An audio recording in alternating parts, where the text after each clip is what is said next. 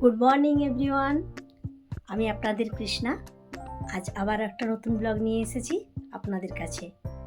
আশা করি আপনারা সকলে খুব ভালো আছেন। আজ বৃহস্পতিবার।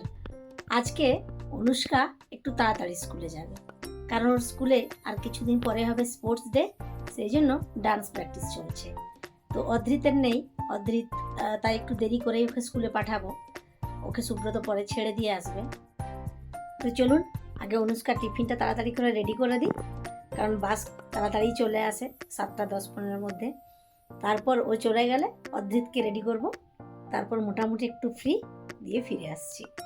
দাঁড়ান, আরেকটা কথা, যারা আজ আমার ব্লগটা নতুন দেখছেন তারা একটা সাবস্ক্রাইব করে দেবেন যদি এখনও সাবস্ক্রাইব না করে থাকেন, আর যদি আমার ব্লগ ভালো লেগে থাকে একটা লাইক করে দেবেন, আর দুটো বন্ধুর সাথে এই ভিডিওটা একটু শেয়ার করে দেবেন। এখন আমি কিচেনে চলে এসেছি। অনুষ্কার টিফিনটা আগে রেডি করে নিই। একটা কথা কি জানেন, অনুষ্কার টিফিনটা দিতে ভালো লাগে, কেন ওর খাবার কোনো ঝামেলা নেই। ও কোনো দিন বেছে খায় না ছোটোর থেকে, আজ বলে নয় যে এটা খাবো না ওটা খাবো, ওটা খাবো না সেটা খাবো, যেটা অধৃত করে। ওকে নিয়ে আমি খুব চিন্তায় থাকি রেগুলার কি টিফিন দেবো।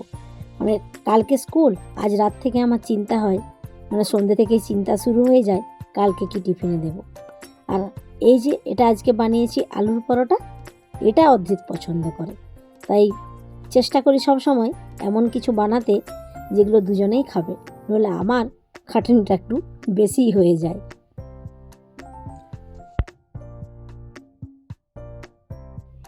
আর বাড়িতে ছিল একটু মিষ্টি, এই যে মিষ্টিটা দেখছেন, এই মিষ্টিটা আবার অনুষ্কার খুব পছন্দের, কিন্তু অধৃত খায় না।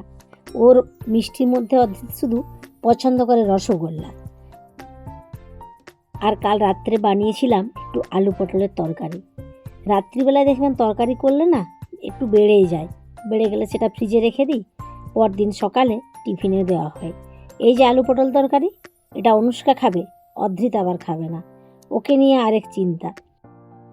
তো এই আলুর পরোটার সাথে আবার যদি দই দিই, অনুষ্কা আরও খুশি হয়।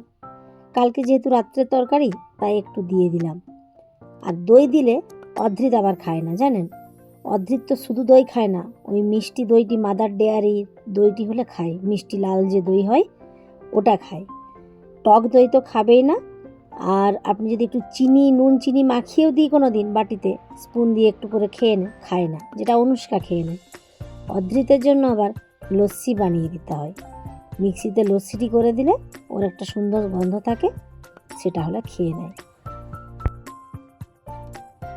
অনুষ্কা সকালে হালকা করে কিছু খেয়ে যায়, তারপরে দুটো টিফিন দিতে হয়, কারণ স্কুল টাইম অনেকটাই, 7টা থেকে 3:30, ঘর আসবে 3:30।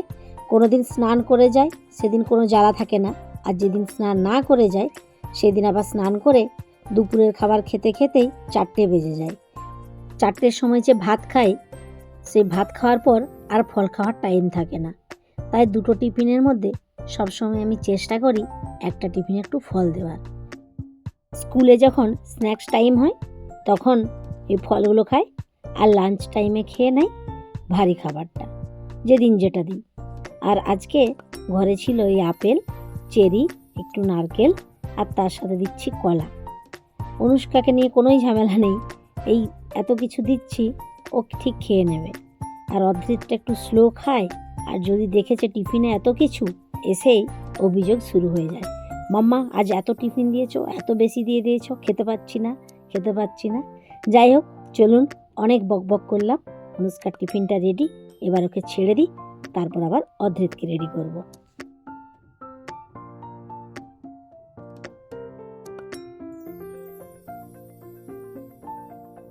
এখন দুপুর 1টা, রান্নাবান্না প্রায় কমপ্লিট। এই যে গাছটা দেখছেন, এইটা এই কদিন আগে লাগানো হয়েছে। এটাতে আগে একটা ছোট্ট পাম্প ট্রি ছিল, যেটা টেবিল পাম্প বলে, তো ওটাকে মরে যাওয়ার পর চেঞ্জ করে এইবার একটা বড় পাম্প ট্রি আনা হয়েছে, আর এই টবটাতে রাখা হয়েছে।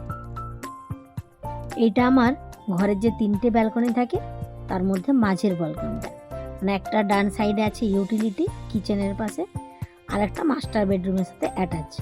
আর এইটা হচ্ছে ডাইনিং মেন ডোরের সোজা আর কি এই ব্যালকনিটা। তো এইখানে আমার থাকে গ্রিন কালারের একটা আর্টিফিশিয়াল গ্রাস কার্পেট বা ম্যাট যাই বলুন না। তো ওটা কি হয় মাঝে মধ্যে তুলে নিয়ে একটু পরিষ্কার করতে হয়। এই দেখুন এইখানেও একটা বড় অ্যাপার্টমেন্ট হবে শুনছি। আর দুপুরবেলায় ব্যালকনিতে এসে দেখি একটা প্লেন যাচ্ছে, সেটাকে একটু ক্যামেরায় বন্দি করে নিলাম। তো যেটা বলছিলাম, তো আজকে ওই কার্পেটটা তুলে পুরো ব্যালকনিতে জল দিয়ে পরিষ্কার করেছি। পরিষ্কার করে আবার কার্পেটটা পেতে দেওয়া হবে। ফ্লোরটা শুকিয়ে গিয়েছে, এবার আবার ওই কার্পেটটা পেতে দিয়ে তারপর যে যে গাছগুলো এখানে থাকে সেট করা হবে। এই দেখুন কার্পেটটা তুলে ঝেড়ে এখানটায় রাখা আছে। এই দেখুন কার্পেটটা এখন পেতে দেওয়া হয়েছে। আর কার্পেটটা পাতা থাকলেই ব্যালকনির লুকটা যেন চেঞ্জ হয়ে যায়। এইখানে একদম উপরের তাকটাতে এই লতা রকমের গাছটা রেখেছি, কারণ অতটা উপরে না রোদ পৌঁছয় না। মাঝের তাকটাতেও গাছ লাগানো হয়ে গেছে, নিচটা এখনও বাকি আছে। আর দেখুন যেহেতু বর্ষাকাল, বেশিরভাগ সময় মেঘলা মেঘলা ওয়েদার, তাই এই গাছগুলো যেন ঘুমিয়ে গেছে, ফুল এখন আসছে না। আর এইখানটাতে মনে হচ্ছে একটা অপরাজিতাই হবে জানেন।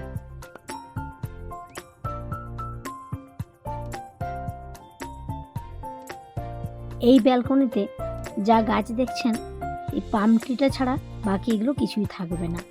কিছুদিন আগে একটা ব্লগে আপনারা দেখেছেন অনলাইনে আমি একটা সেলফ নিয়েছি তাক টাইপের, সেটা মাস্টার বেডরুমের ব্যালকনিতে রাখা হয়েছে। তো ওখানেই ভাবছি এই সব গাছগুলো সেট করব।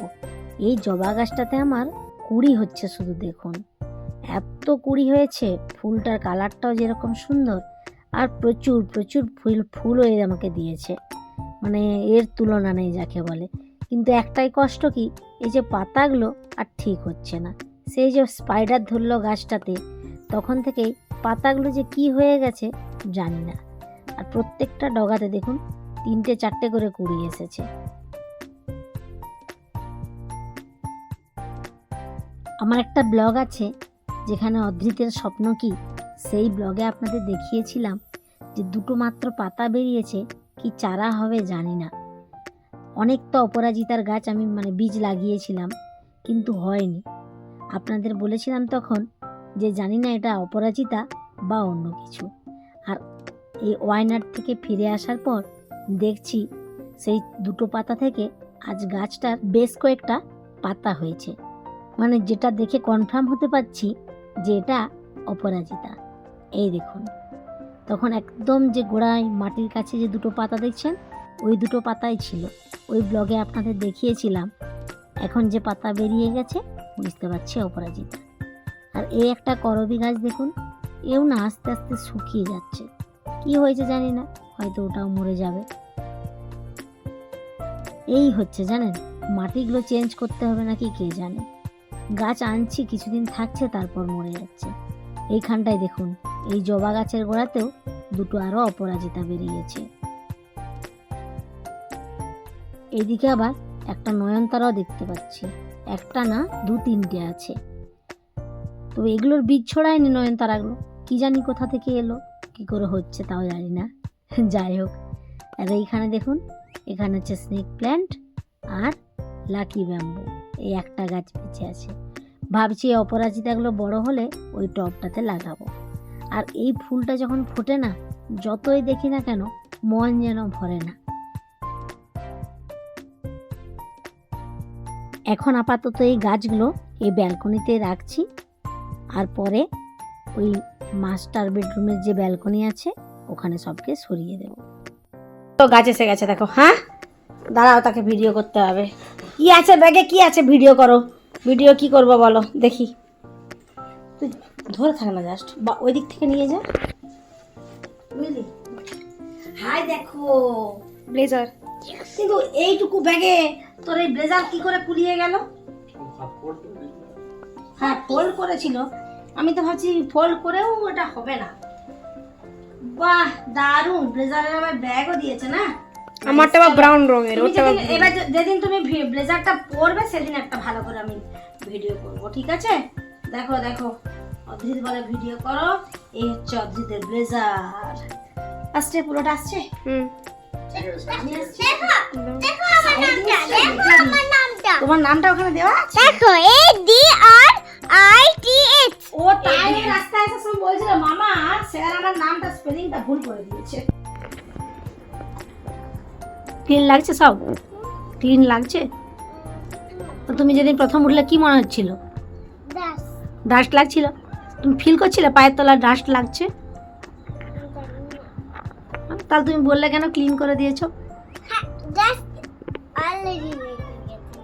তাই আমরা বাড়ি থেকে এসেছিলাম না, বাড়ি চলে গিয়েছিলাম, অনেকদিন ক্লিন হয়নি, ওই জন্য তখন ডাস্ট ফিল হচ্ছিল। দিয়ে আমি এসে ক্লিন করলাম উইন্ড থেকে। চলে এসো চলে এসো চলে এসো। উঠে না, উপরে উঠে না, নিচে নামো নিচে নামো। পাপা আমার কথা শোনো, নামো নামো নামো নামো, হোমওয়ার্কটা ডান করো ঝট করে। এখন বৃষ্টি চলে আসবে, দেখ মেঘ, দেখ আজকে আবার মেঘ আসছে, দেখ কালকে অত বৃষ্টি হলো। আচ্ছা আমি কি হেল্প করে দেবো তোমাকে একটু? কোন দিকে পেরোচ্ছ? ওইদিকে তো রাস্তা আছে বাবা। নাও ঠিক করে বসো।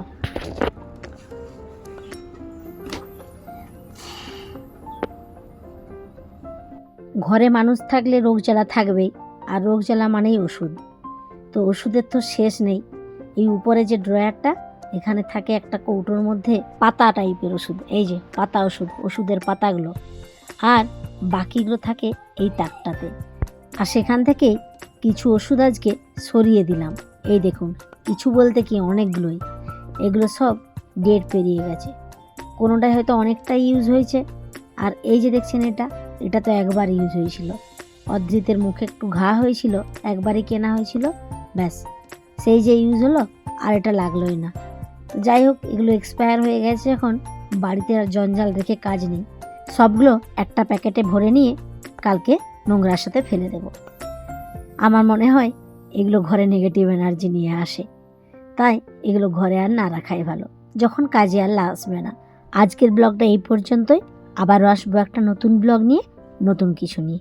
ততক্ষণে সকলে ভালো থাকবেন, সুস্থ থাকবেন।